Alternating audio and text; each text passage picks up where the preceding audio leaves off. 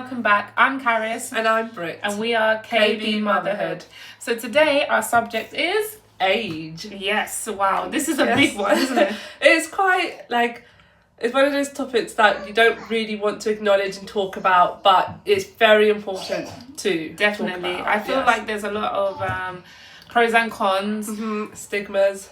In any sort of age bracket you are when you have children. So I feel like it's a good topic to touch base on. Yes. I had my children in my 30s. Yep. And you had your children in your... Yep, throughout my 20s. Yeah. So I had my eldest when I was 21. I was in my last year of uni, which kind of threw a lot of people off because I was on track to I still actually did really well in my degree, but then I was on track to doing my master's and then eventually going on to do a PhD. So when I became pregnant, all of that went out the window and a lot of people were quite shocked and just like saying that I've basically thrown my whole life away. I feel like that's what it was. They said, oh, but you've just finished university and now you're going off to have a child, and it doesn't mean that you're not going to fulfill what you learn and accomplished in university. It just means it might take a little bit longer.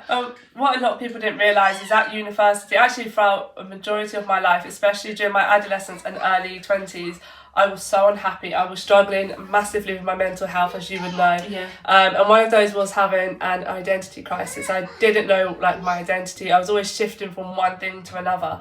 But the moment I found out I was pregnant, that's when it all sort of everything became clear, and because I was becoming a mum, and within motherhood you had a direction. I became secure. So for the first time in my life I was secure in an identity, and that couldn't have come at a better time. Being 21, it set me up. That's so beautiful. Nice. It is. It's like you went through a little bit of a struggle, but actually being pregnant and knowing that you're going to become a mum may put an end to that struggle for you and became like a beautiful life. And it needed, I think it happening at 21 was a very good age, because that's when your sort of society starts to see you as not being a child anymore. So they start to put a lot of responsibilities and maturity aspects on you, and so going into that as a mum, I think that it just really brought everything together for me. So then throughout the rest of my 20s I had my children, one mid-20s and one recently towards the end, and it's just been an amazing decade really of just having children and being a mother and being able to raise my children myself. And what's quite funny is a lot of people, my peers, are they've all gone and they've got these lovely great careers, and you're seeing the rewards of their careers in the cars they drive, seeing how wonderful their careers and have gone, and that's great and I'm so happy for them. But you do sort of every now and then dip into would I have had that if I didn't have children?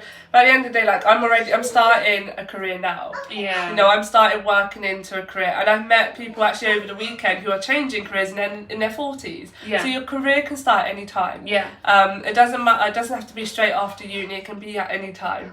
And so I think those pressures that were put on me, those concerns that people gave, especially when I was in uni and I was pregnant, and people were, those concerns, I appreciated them because it means that they cared for me. But at the end of the day, my life didn't end because I had children. It started. Actually started. I feel like that kind of nicely flows on to how I experienced going into motherhood and my age. I think around 25 I was very okay, now it's time for me to have a baby.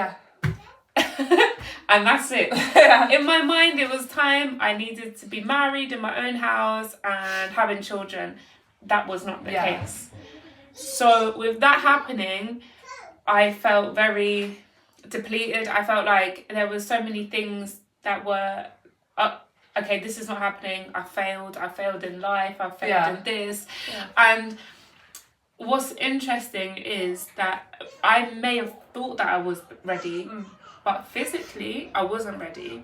I had a lot of complications before having children and fertility and stuff like that. So actually I wasn't ready at all.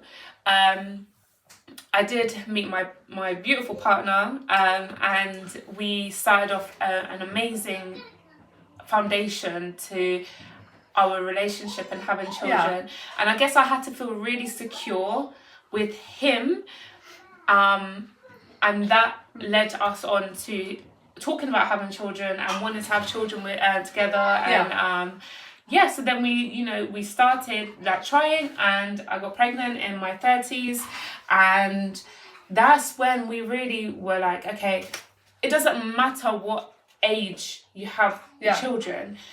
To us, we just wanted a secure foundation. That's it. We wanted our children to have a good base. Like, okay, we have a good like mum and dad base, and so we felt like that was very important. Also, I had been working since I came out of college, I came out of school. So I went straight from school to college to working. So I had worked. I'd never taken like a gap year or anything like that, and I just went into working. And so for me, it was quite strange for me to go on to maternity leave to have my first child, because I was like, well, I don't have to be up. And I'm someone that's like, I'm up at like 5:30, and I want to get into the gym, and I want to go do my exercise, and I want to get into work, and I'm very an organised person. So for me, I had to slow right down, and it was the best thing. Because I was at this fast pace, like a hamster on a wheel, all the time. And I never stopped. Even on the weekends, I wouldn't stop. I'd fill my weekends up with things to do. And obviously my partner's like, he's very chill. He's very laid back. And he likes to, I want to chill. And I'm like, I need to keep going.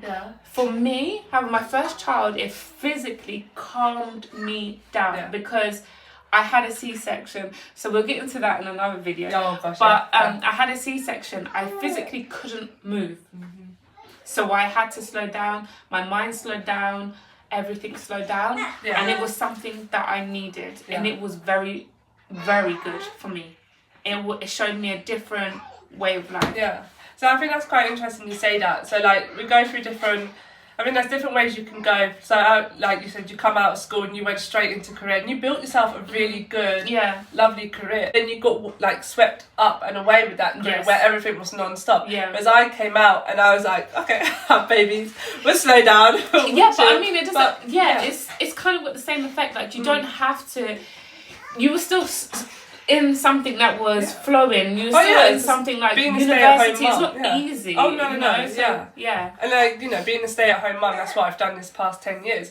It's not a matter of just sitting down and doing nothing. And it really bugs me. Again, this would be another topic for video. When people are like, oh well, what do you do all day? It's like, we just sit down and have cups of tea. The fact that I'm the first one, I love that. The fact that I'm the first one awake in the mornings and the last one to go to sleep at night, that just shows. And do you actually what? Why age is such an important factor into motherhood journeys, and it's simply because we do have a window when it comes to fertility.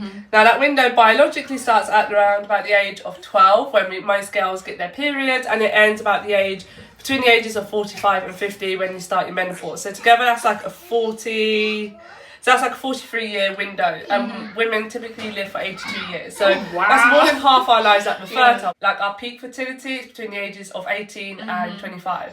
So that's why age, like wherever angle you're coming from, if you don't want to have children, fair enough, that's up to you. But if you do want to have children, like age is such a thing that's constant. Always, I used to love this little saying, all in God's timing. Because he never gives you babies at a wrong time. No, sometimes your baby can save you. Do you know how many times I've heard a story where babies have saved their parents? It's so beautiful. Or where when they find out they're pregnant, they've got something to live for. It's so amazing. So I don't think we should, I think a lot of people do, and this is including like healthcare professionals and doctors. They say, oh well, okay, you're this age, start having your babies. Or when you're at a certain age, they start calling you a geriatric mum. You're a mum. Be a mum. Just be a mum. You don't need to be called that. And I'm not again a healthcare professional. I don't know. Yes, your pregnancy can be a little bit more high risk. But it could be high risk anyway. Like it's good to have age on your side, but I think we need to stop putting negative stigma on because having children later. Yeah, like a lot of these facts that the statistics that I read, they are statistics. There's no proving them wrong. But what you were just touching upon, they go on to lead a lot. They go on to develop a lot of social expectations and stereotypes, which then form into pressures for women. So this is. We do have our children around us always, today. So always. if you do hear screaming and running around, they're just playing. Don't worry.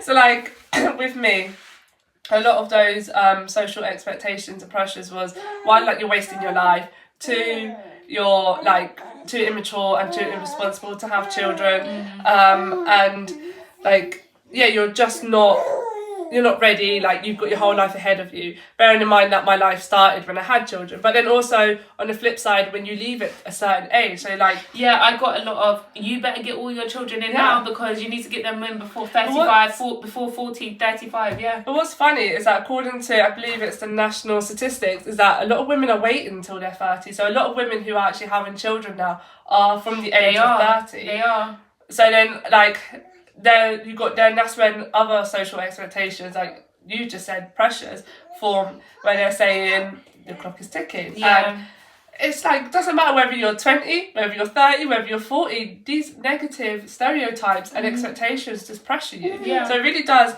go to show that age and motherhood, like there will never be a perfect time to have a child. No. But it's what you make of it. I think as long as you, as we've said earlier, as long as you have a foundation, even if that's as a couple or as a single parent, as long as you have a strong foundation ready for your child, that could be with other family members, that could be with friends, that could be with just other professionals, that could be with anyone. As long as you have that solid foundation, I feel like you're good to go. You can do it. And you never know. No. Motherhood makes you, so you never know. Okay, so I think just to wrap up the end of that video, it doesn't matter what age you have your children, as long as you're strong enough and happy and healthy. Just have that foundation and create beautiful life. Yes, definitely. So that's the end of that video. Yep. Wow. And if you have enjoyed it, please do like and subscribe if you would like to see more videos like this, and join us on our socials. They'll all be in the description box. And also, just for fun, put down the age that you had your first child, and we'll just see the sea of difference and what you enjoyed about having your child at that age. Like, what was the perk, what was the wonderful, what was that memory you hold and take with you. Just put it in the comment box below, and we'll look forward to reading your comments. Thank you. And we'll see you next week. Bye. Bye bye.